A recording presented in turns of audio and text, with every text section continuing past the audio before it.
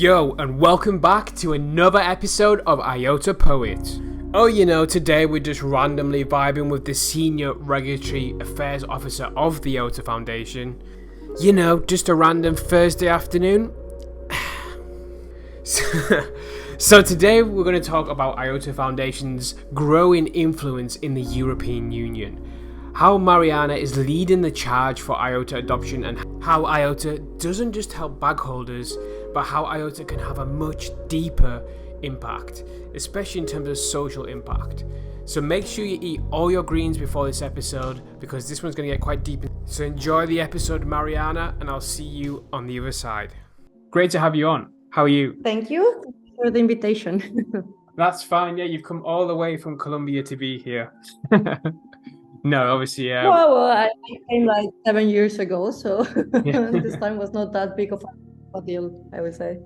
Yeah, we were just discussing before starting that Germany, unsurprisingly, is a little bit colder than Colombia. Actually, it's not that cold in comparison to my city, which is Bogota, but it's more the lack of light which makes the winter a little bit tough. Yeah, so great to have you on. And actually, I'm really excited about this episode because you're talking about something that, is quite close to my heart as well in terms of the social impact of blockchain. Because I think that's a real underrated area. People focus on the finances, but blockchain can bring a lot of change for good as well.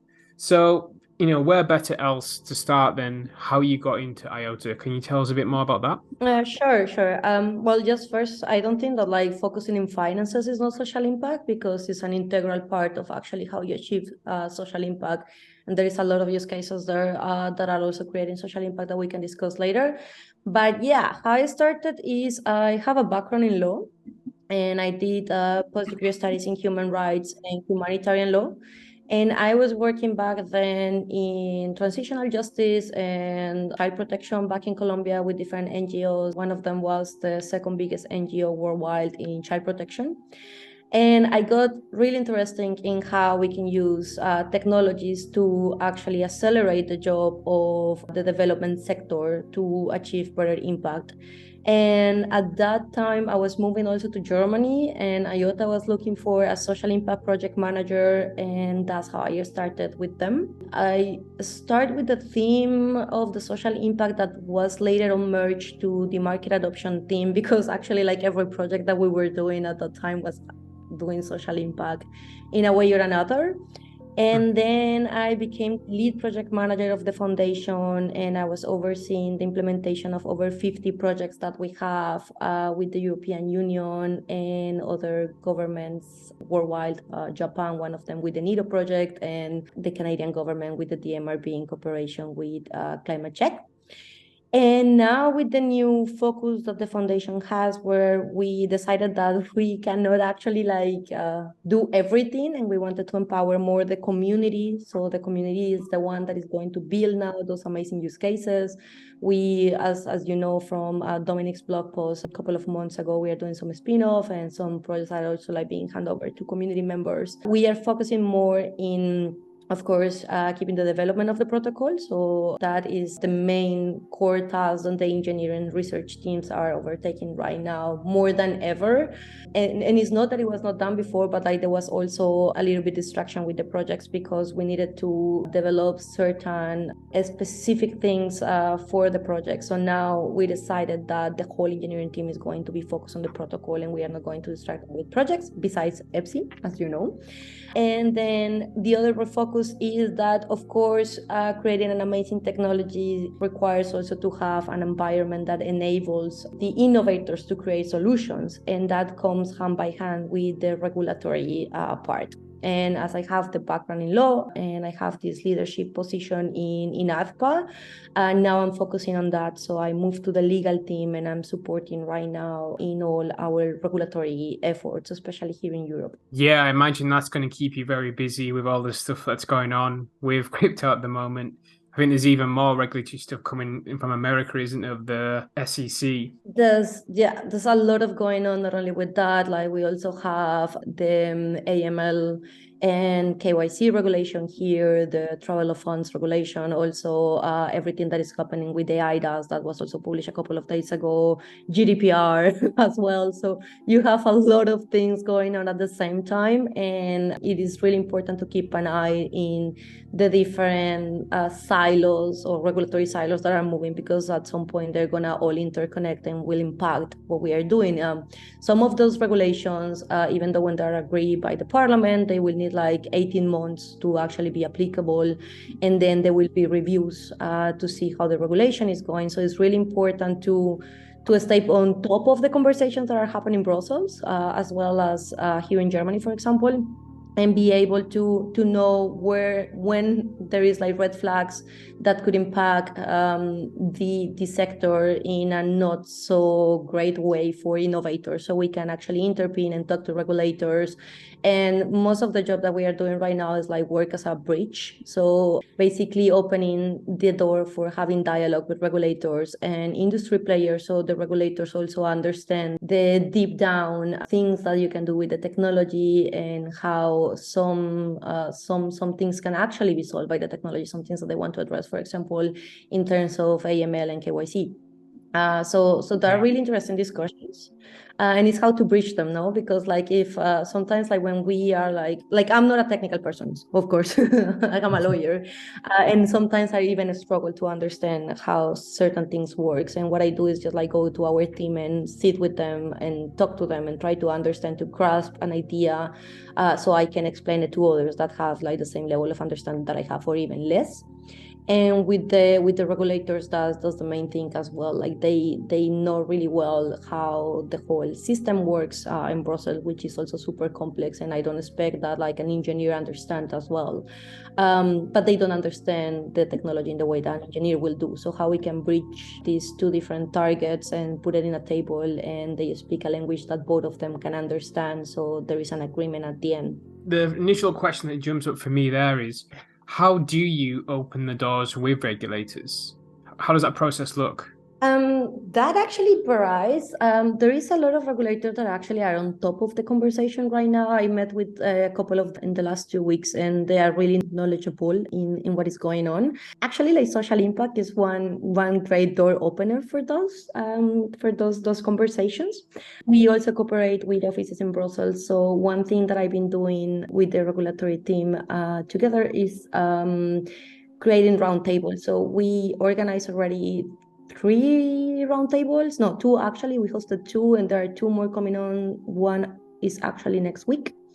And these are like closed roundtables. We are not recording, we are not disclosing names, nothing. We are just putting topics on the table, and we invite policymakers to, or that are interested on the topic, or that have the file that is related to a specific topic, to join us in an open conversation and transparent conversation with community members. So we have one already about NFTs, and we have one about the self-hosted wallets, and we will have one about tokenizations, and we will have one also about SMEs, and one about DeFi. And it's really interesting because as there's no recording, there's like, we promise like complete like confidentiality about like the conversations, or at least who was on the conversations. They openly can share what are the concerns, where are the pain points for them, and they can discuss and address them. What is going to come after all of that is a report with the main takeaways of the conversations. And that, of course, is going to be validated with the people that participate on the conversations. And what we hope to do with this as well is positionate our community members and experts on the topic. So when the policymaker has doubts about how a specific thing should go or work, or how regulate specific aspects, they can approach an Iota community member, say like, hey, we already talked about this, we would like to continue the conversation, so you explain us this more in depth. So that's one of the strategies. The other one is I attend a lot of like public events. Like I'm going to Barcelona tomorrow, and normally in these events you always have certain regulators. So I try to approach them as well and tell them a little bit about what we are doing, the use cases that we have within the community, how to use, for example, blockchain to accelerate social impact projects, and this kind of initiative. The other way, and is like our, like I think like one of the most powerful tools that we have, is INATBA INATBA and the European Blockchain Associations, because these are international associations, as their name says, that have direct contact with regulators, and they talk to them like on daily basis. They understand what are the next files at the regulatory level that are going to come. They actually get access to some of the files like earlier than anyone else, and they also ask us to provide feedback. So for example, when MiCAR was going to come, INATBA prepared a whole paper on the feedback on the first draft of MiCAR, and most of the considerations that INATBA did were taken by the commission at the time. Really? So that's quite really good. Yeah. That was really great. I was not involved from that group. I think that was Tom Johnson, the head of regulatory affairs on our team, who is in the finance group. But still, it's really good to be on those tables because you know what is going on and you actually have like some room to influence the direction in which regulation is going. It doesn't guarantee that like regulatory bodies are going to take every suggestion, but at least you do as much as you can. Yeah, I mean, it feels that we're so early still in this space. It may not feel like it for us hodlers who've been hodling since 2017, but we're still so early, especially in terms of regulation. So to have the Iota Foundation there as, you know, and corresponding with the decision makers, it feels like it's not guaranteed, but we have a sway there. Is that right? Yeah, well, at least we are talking to them. I think that is like sometimes like people don't pay so much attention to regulation, but it's a key component. Like you can have like all the innovation in the world, but if a regulation come and blocks it, then you will have a big issue there. So basically what we are doing there is like being like watchdogs or what is going on and trying to cooperate with the regulators in a way that is like, of course, we want to protect consumers. Of course, we want to comply with regulation, but let's find a way in which regulation is not going to prevent innovation. And that's basically the whole conversation is like, we are not against regulation whatsoever. We actually are pro, as long as it doesn't block the innovation.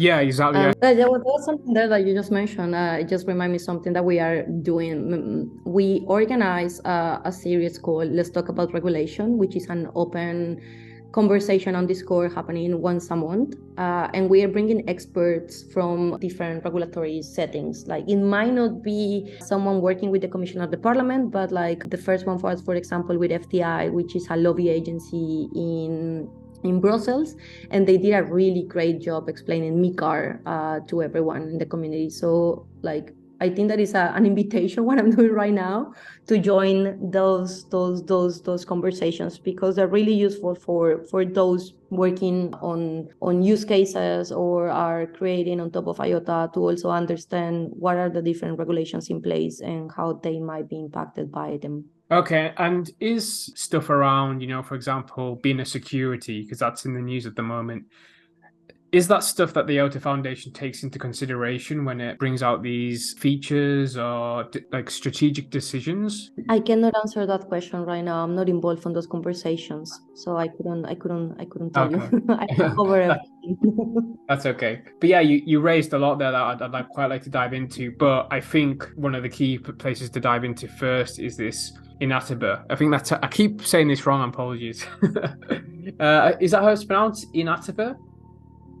INATBA. Yeah, INATBA, INATBA, right. If I say it 5 times, I remember it. Can you just tell us a little bit more about how IOTA is involved with that? And also the UN, because this sounds quite prestigious from the outside. Yeah, sure. So INATBA is the International Association for Trusted Blockchain Applications, and is an association that brings together different stakeholders. So there is universities, there's governments involved, there is different banks. I remember only the Inter-American Bank is there right now. I don't remember the other ones, but like it also involves like big companies and startups and researchers. So there's a variety of stakeholders, right?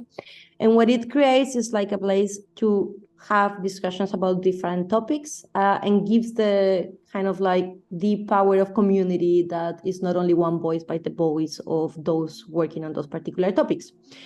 And you have different working groups. You have identity working group. There is a standardization working group. Like there's a variety of working groups, finance as well. Social impact and sustainability working group is the one that I lead.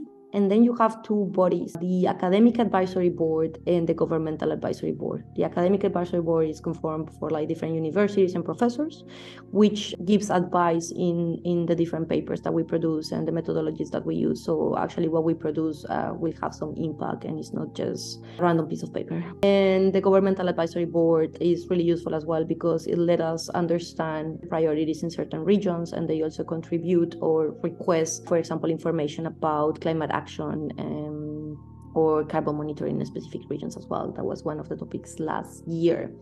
Now, we have different members of the Iota team that intervene in the different working groups. Two of them are the privacy working group and the finance working group, where we are also pretty active. And then what I can speak with you today is about the social impact and sustainability working group, where Laura Caltasi and previously Osa Dalborn were also joining the efforts that we were doing there. And it's really great because as I am the co-chair, we have like a lot of freedom also in like proposing actions that we would like to implement. So mostly how it goes is that at the end of the year, we run a survey with the INATBA members. We ask them what they want, which areas they would like to prioritize. Based on that, I create a working plan that I validate with the group.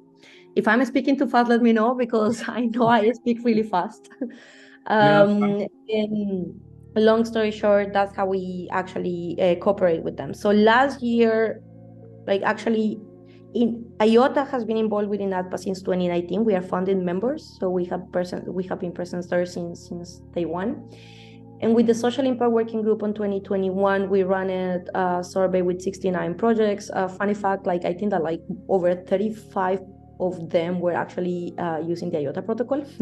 So it was a big portion. Can you say what companies are, or is it NDA? No, it's everything in the report. I'm happy to send it to you and you can circulate it. All the names of the projects are there. Great. So there's some good usage. Yeah, and basically this report was about challenges and opportunities that blockchain projects face when trying to deploy a project that trying to tackle the SDGs. SDGs are the Sustainable Development Goals. And a couple of conclusions came out of the report, and one of them was the lack of a unified definition of social impact, and the other one was the challenges that blockchain projects had at that time to showcase the impact that they were creating. So when you talk about like social impact, there is a lot of like different measurements that you can use.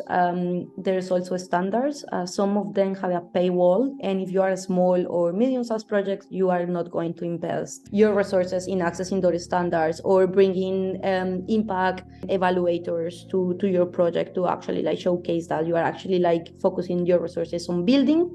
So what we did last year was with those two challenges was the first one was a review of different social impact definitions that were out there, and then we create one specific definition for the social for the blockchain sector that we validate with the Academic Advisory Board. So it's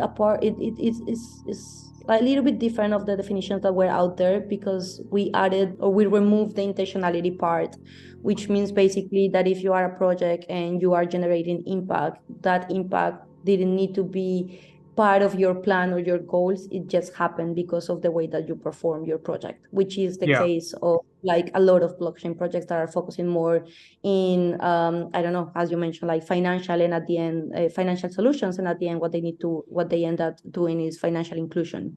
So it was not part of the plan. That doesn't mean that it's not creating that impact. And that's really good because then you can access different types of investors. So you can access like all impact investors that like are not so interested on the blockchain part, but on the impact part. So it opens the door for the projects to actually try to access different resources to scale or implement the project that they have. Okay. That model we did also a model for those projects with different steps that the projects can follow to showcase the impact to the investors. And I have a really interesting call with La Chain last week, which is a big organization that are part of the Inter-American Bank. It's kind of like a foro, like innovation foro inside the Inter-American Bank that focus on blockchain. And they now are going to use will try to incorporate the model into the projects that they are reviewing on their own jurisdiction, so to speak. Well, that's quite big news. And in what way would they be using that? The idea is that like projects can go. The model is also free. It's like I can send it to you as well. And then there is like simple steps like how to do a baseline, how to create indicators, how how to showcase how to evaluate your stakeholders to know that you are actually addressing the people or talking to whom you need to speak to actually generate the impact that you want. So what they want is just I still don't know. This is something that I need to discuss with them further if they're going to use it. But basically is that if you are doing incubators or accelerators, these are simple steps that the project can incorporate so they can actually showcase the impact at the end. Did they mention that they're going to use IOTA as a blockchain solution? Did you just drop that in there? I always advocate for more IOTA implementation, of course, if I have the chance to do that, of course. But these are initial conversations. What we are doing this year with the Social Impact Working Group is that we are going to run some podcasts about refi in different regions. And we are doing also report on Latin American use case because we noticed that there is a big barrier in the region, maybe for language differences. And we do not really know some of the use cases, or we don't know actually what is going on there in depth. So we want to explore a little bit more and try to bring them on board to see what is going on there. So we are going to do that report. And then the big thing that we are doing, what you mentioned with the UN, is both with IOTA and INATBA. So, and it's the BC 100 plus, or is the blockchain for the UN Charter Values and the SDG Action Plan 100 plus, which is basically a global initiative that has the high patronage or the current president of the UN General Assembly. And what we are doing is to combine different blockchain ecosystems that kind of advocate or showcase or create awareness raise about the potential of blockchain for the achievement of the UN Charter Values, the SDGs, and the 2030 Agenda. So far, we created a manifesto with the steering committee members. As I mentioned, IOTA is part of them, INATBA is part of them, GBBC is there as well, and there are a couple of, the EU both as well. There are a couple of big players there. And what we are discussing right now is how it's going to be the signing process of that manifesto and who can sign and how we can approach different organizations. And then how we are also going to engage the UN agencies that already have blockchain accelerator inside or that are exploring with blockchain. So for example, the World Food Program has a huge project called Building Blocks, and they are right now reviewing how to actually use blockchain for donations, for a donation system for the World Food Program. Also building the bridge between the UN and potential blockchain protocols or startups that want to participate on those projects and want to contribute. Do you see commonly other blockchains involved in these working groups as well? For example, Cardano, Avalanche, are they on there? Is it just IOTA that seems to be leading the social impact crusade? No, that's I think that everyone has their own social impact crusade, as you just mentioned. Cardano sits also on the social impact and sustainability working group of INATBA. We have one person there from time to time on the calls. Of course, it's different to have the point of view of different protocols. I think that social impact is something that converge all of us, and there's different tone when we discuss social impact topics. But they do have projects. For example, Cardano is cooperating with UNHCR Switzerland, and they are actually they created a community challenge. They have one last year that was with berry tree for tree plantation. And now this year is with the UN to do a donation platform for them so they can collect more funds to fund the operations they have. Algorand is doing a lot of things with gender. They support a lot of women groups in blockchain. Here in Berlin, I met with them from time to time.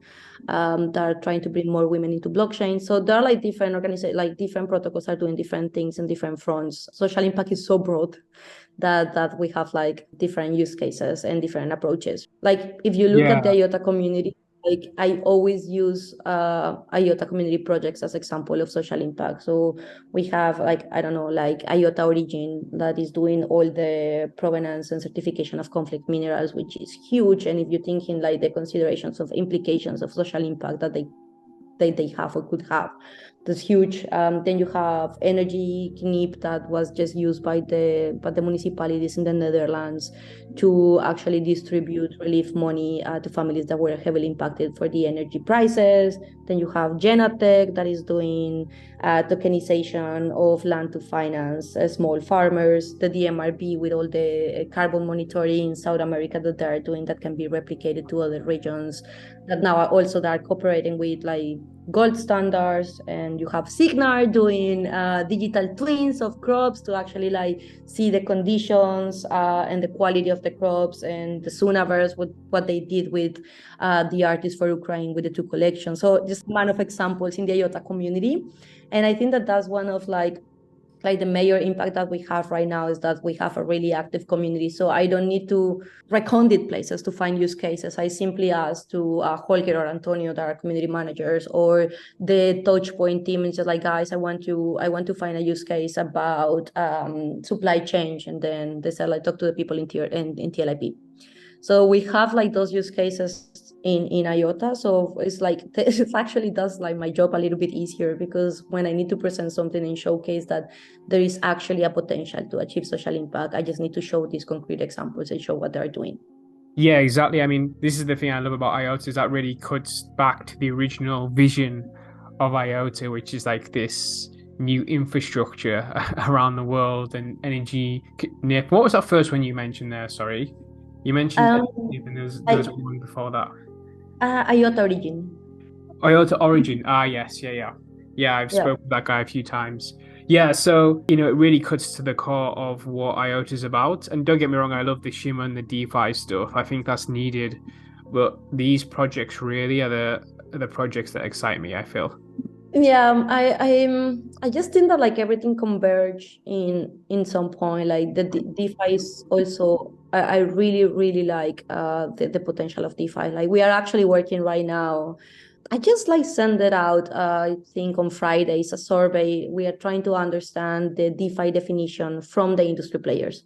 So we want to understand what people understand for DeFi. And I just ran this survey, and what is going to come out of it is a report that I actually want to discuss with policymakers to try to align with them in what DeFi is. I was in a meeting in Brussels 2 weeks ago, and a member of I think that was DG FISMA, was saying that DeFi, more than the infrastructure, is a philosophy behind of like actually pure decentralization for decentralized societies. And I actually really like the concept, because we are all the time thinking in like, okay, how much decentralized do I need to be to actually be decentralized finance? This is a matter of the protocol, it's a matter of the governance.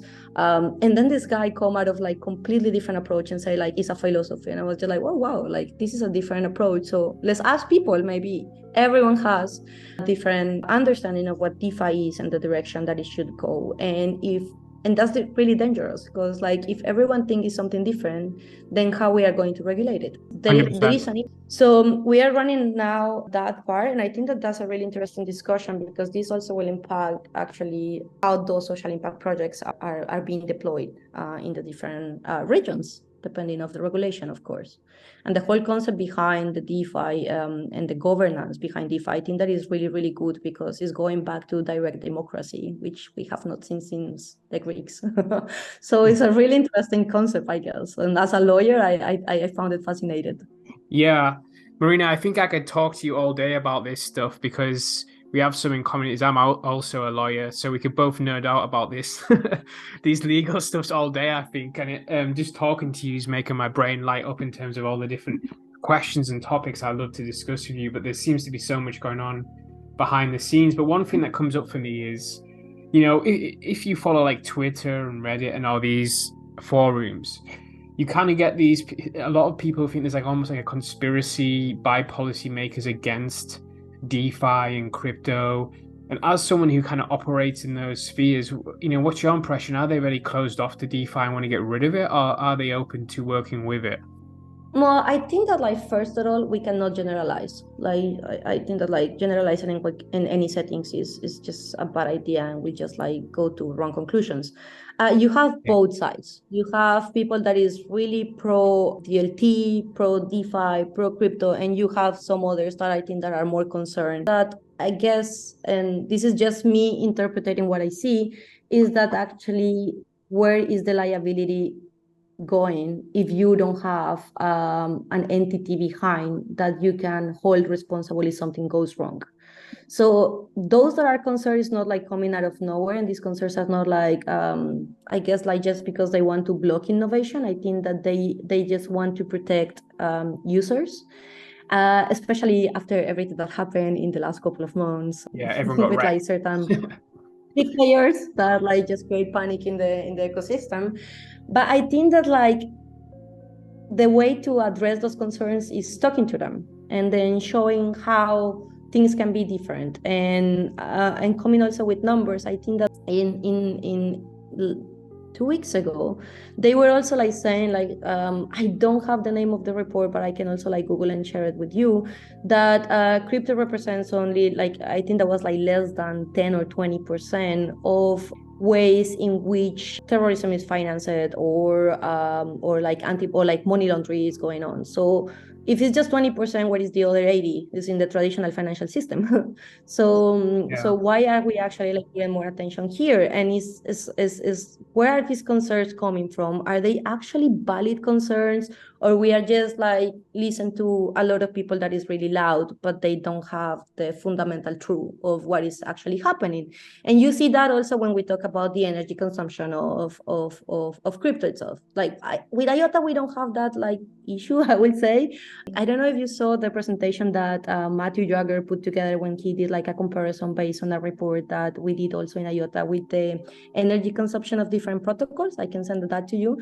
But it's like insane Yeah. how little energy you need to deploy IOTA nodes. But then if you even think in Bitcoin, then I always say it's just like I always have like three questions when they ask about like energy. It's like one, can you tell me which kind of energy is the one that they are consuming? Is this clean energies? Because if there are renewable energies, the conversation should be different. And if they're not consuming renewable energies, is because the governments don't have the infrastructure, or what is going on there? Then the second one is like, with what are we comparing? Comparing.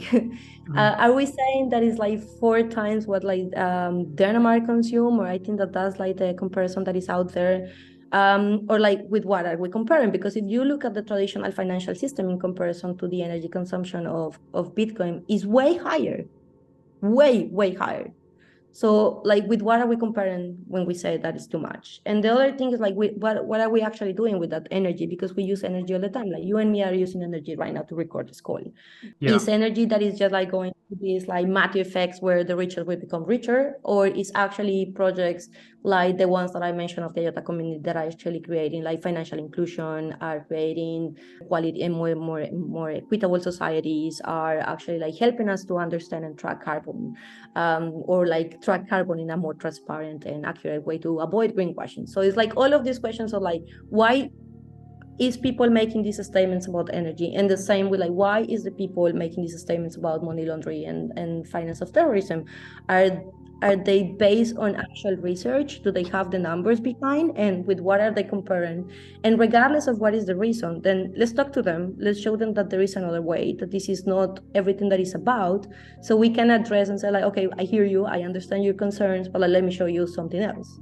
And I think that that's what we need to do, and that's the approach with policymakers. So I wouldn't generalize. There are like some people that is really good right now in the commission, in the parliament. They are super open to talk to the people, not only to the big players, but actually like talking to community members. And I can vouch that because I organize those calls for them. So I Yeah. think that Twitter sometimes is like some people really loud, but that doesn't mean that they're right. No, I agree. I mean, certainly don't take consensus from Twitter on anything in life. That's just a general rule in life, not just crypto. But it's just interesting, isn't it? How that's kind of the perception at the moment of, governments and policymakers. But from what I'm hearing there, of course, there's one or two that are against it, but many are open to it. And it's a case of working with them rather than seeing them as an enemy. Yeah, of course. No, no, no. Like, if we see it as an enemy, they will see us as the enemy, and Yeah. then at the end, they will have the power to deal with the regulations. Like, unless that like a member state blocks them in the case of Europe, and it will require a lot of efforts in terms of lobby, and it's really really difficult. So it is easy to just like see them as an ally and just like help them to understand what we are doing, and we also understand what are the concerns that they have and how we can address them. Yeah, and is there any specific things about IOTA you feel that's going to be a challenge around the policy making or anything like that? Any concerns you've heard from the circles you operate in, just in terms of IOTA? No, not really. I think that like the Okay. concerns at the policy level are more like as an industry itself. Like when we were talking about the travel fund regulation, that's something that will apply to everyone, not just Toyota. The KYC requirements, the same. The Mm. issues that we have with the right to be forgotten in KYC, like those applies to all of us, and that's what it also presents an opportunity because if they like, I don't know if you saw what happened with this gossip about the staking in the US. Like Yeah, that's yeah, not something that like, it will impact some more than others, but that doesn't mean that it won't impact everyone.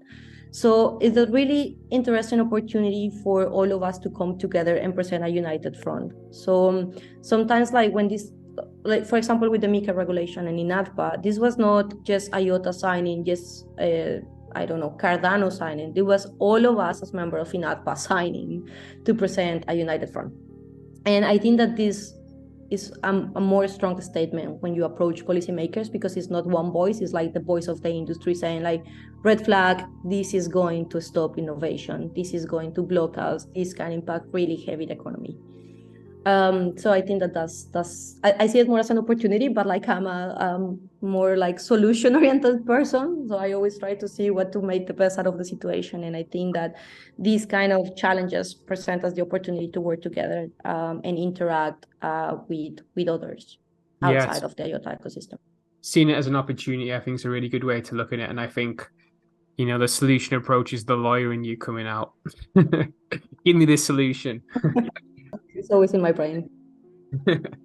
Great. Yeah. So, what do you think's the biggest success you've seen so far in terms of social impact for IOTA? Oh, that's a tough one because I like a lot of things. Yeah.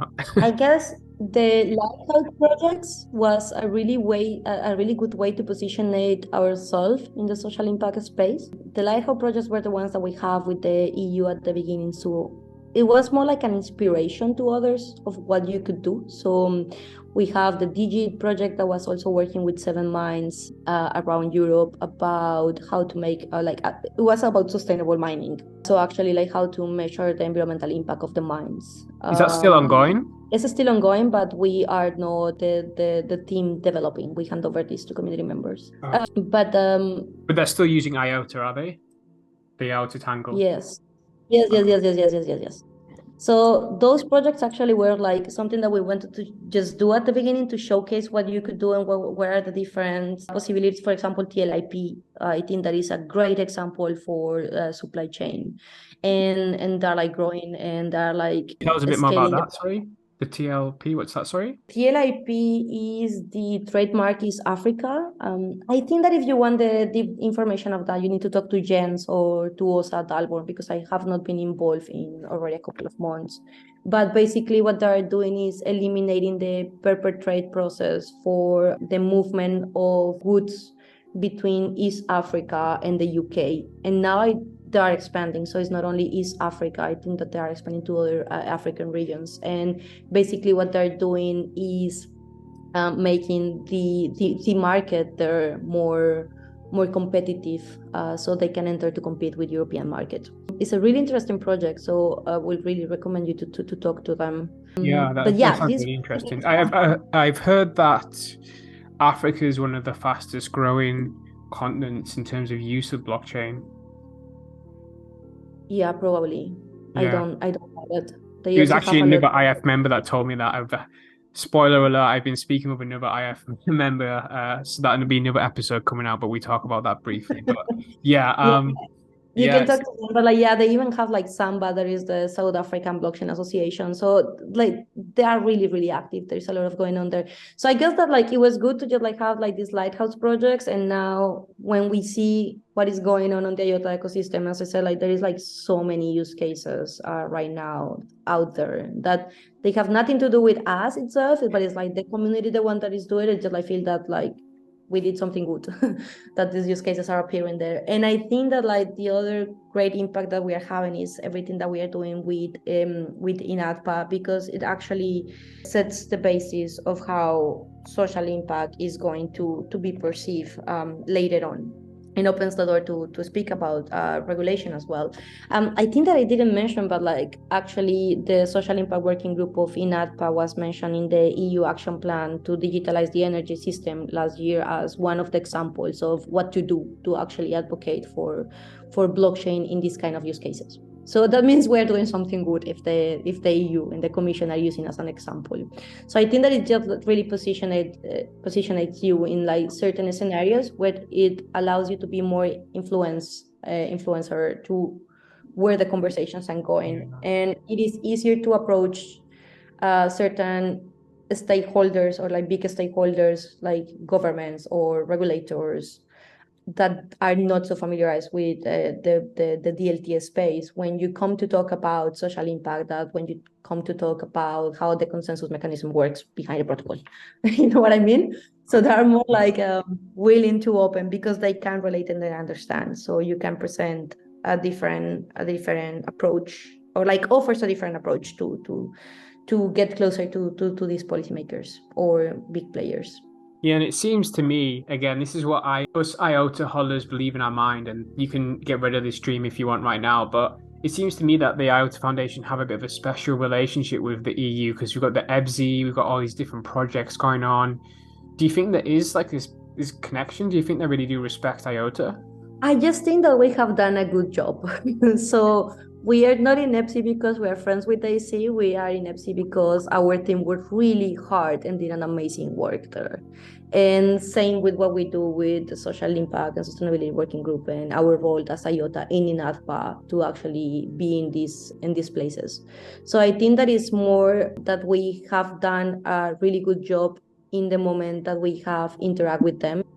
And I guess that's what they evaluate as good, and they trust what we do is based on our work and what we have done with them. Well, that's even better. My dreams got even higher now because that's even better if it's more out of just competence than friendship that we've got this position. And I just get this vibe across IOTA Foundation. That's kind of the approach you take, is you put quality first before just rushing stuff and getting stuff out. Is you want to make sure you get it right. So when you do deliver something, it's great. And people may sometimes who are a bit more not who are following it every day and a bit too looking at the short term, they get annoyed at delays or whatever. But really, it's about making slow but steady progress and delivering that quality. Good things take time. That's the only thing that I'm gonna say. Like, yeah, exactly. you can produce garbage in 2 seconds, but like producing something that actually is going to create an impact and is going to change status quo or systemic issues takes really long time. Yeah, So and you only get a couple like, chances, don't you, to build that trust? yeah, and I do think that the team is like doing an amazing job right now, and they're being like focused on what they need to focus and taking the time to do the things right. So I'm happy that no one succumbs under pressure, Yeah. and yeah, and that we just like follow the path that we think is right, not only for us but for everyone. Okay, and what's the team like that you work with? Is there how many people do you normally work with in the IOTA team? I'm in the legal team, and we are 5 on the legal team. Okay. Yeah, so just to backtrack slightly, so the lighthouse projects, they're still ongoing, are they? But it's just kind of changing how its approach is going to be more community driven. Is that right? Yes, with some of them, yes. Of course, EPSI is still being developed in-house. Some of the other projects, not all of them, that will follow up later. I think that is going to be communications about it. Some of them are going to stay in-house because the level of development that they already have make no sense to hand over because they're almost done. Some others, because of the prioritization inside, it makes sense to keep them in-house. And some others are going to be handed over. Okay, great. As somebody who's in like the social impact space, what excites you the most about IOTA? Oh, I just want to see what is gonna come next, like all the dApps that are going to be launched. Like I'm really looking forward to see the new use cases. But also I want to see what is going to happen once everything is out there with like projects that are already there. Like I'm really curious about IoT regions, for example, and how they're gonna scale.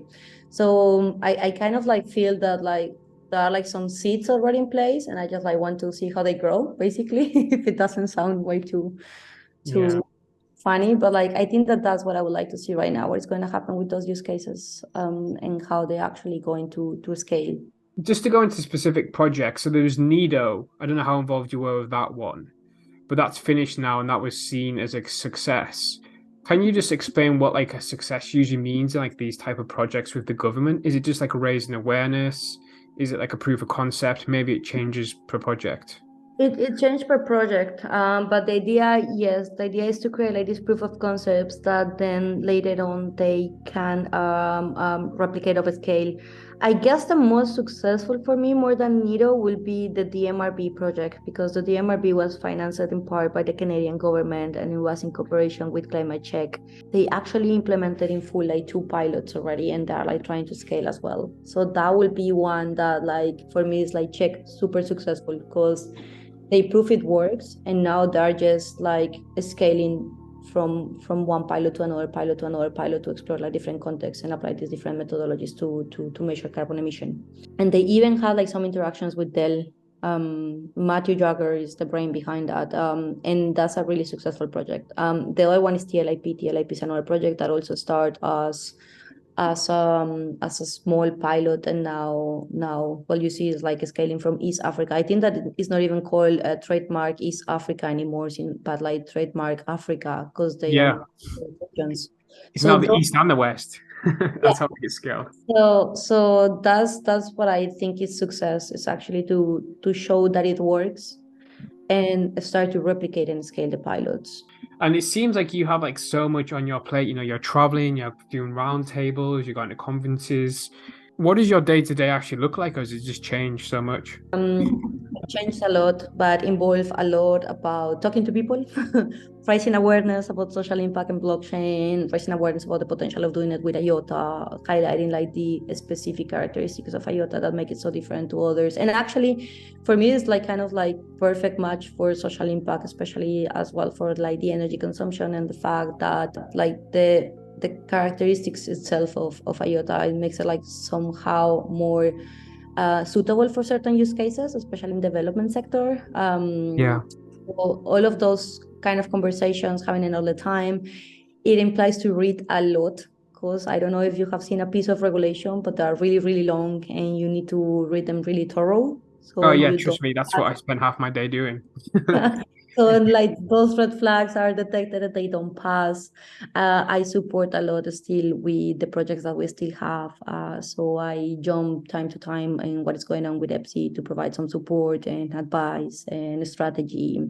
So I interact in different parts right now, but it's mostly talking to people, reading and writing a lot. It must be so intense. It is it always keeps interesting, because I get bored if I'm doing the same thing during long periods of time. But like with this job, it allowed me to just like jump from one topic to another, and they're completely different. Like I can jump from reviewing the budget of EPSI to talk about what is going on with AML, and then what is going to happen with the self-hosted wallets, and then talking to you, and then talk about financial inclusion, and then go and talk to one of the community members to see what they're up to that I can use for a roundtable.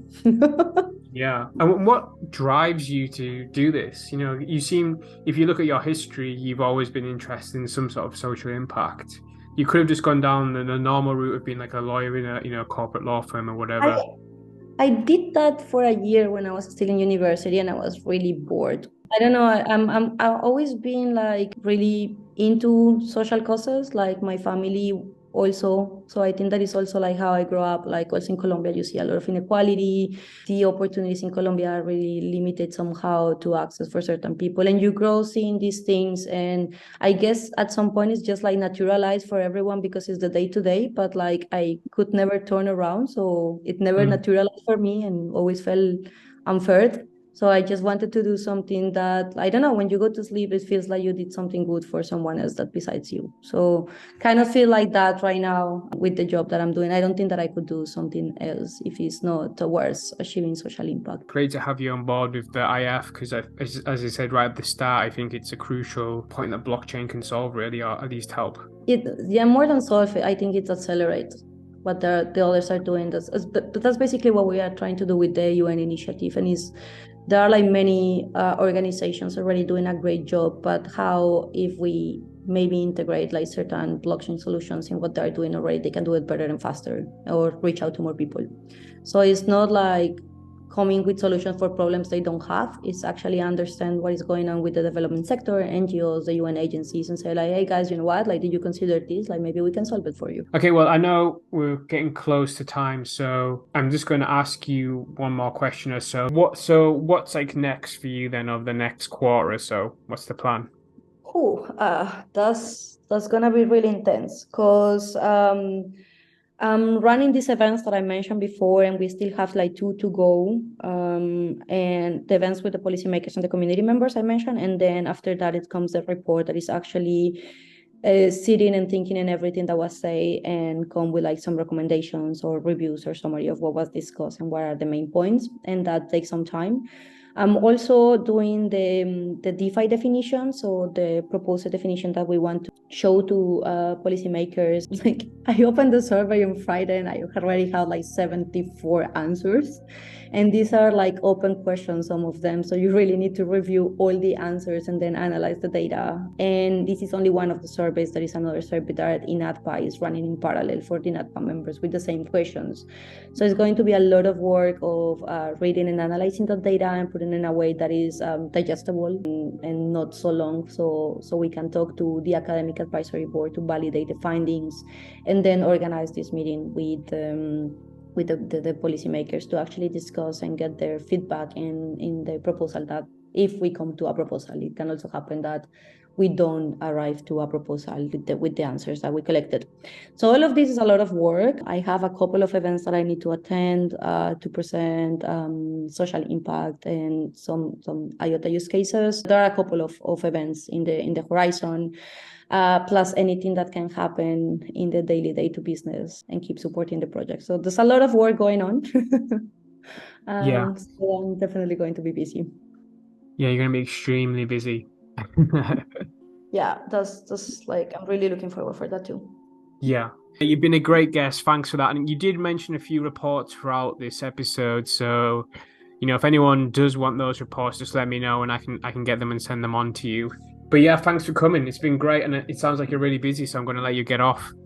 Well, thank you for the invite. Always happy to talk to you. Thanks. Bye now. Ciao. That's all for this week. Don't forget to like and subscribe, and I'll see you in the next one.